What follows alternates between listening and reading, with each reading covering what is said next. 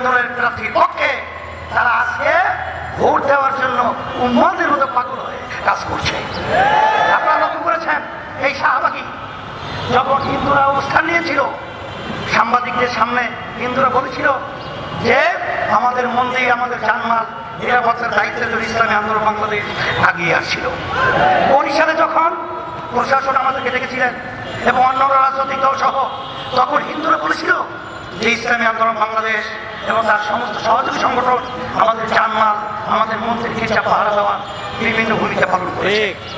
এই জন্য আমি সকল প্রতি আহ্বান জানাবো, যদি দুনিয়াতে শান্তি চান, আখিরাতে মুক্তি চান, একমাত্র তার নীতি আদর্শ গ্যারান্টি শান্তি ইসলাম।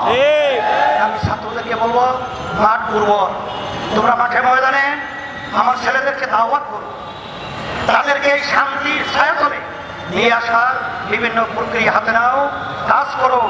হরকতে বরকত আন্দোলনের নড়াচড়া আল্লাহ রাব্বুল আলামিন আমাদের সকলকে এই সম্মেলন এবং এই সম্মেলনের মাধ্যমে শান্তির ব্যবস্থা দুনিয়াতে, আখিরাতে মুক্তির ব্যবস্থা করে দেন। আল্লাহুম্মা আমিন।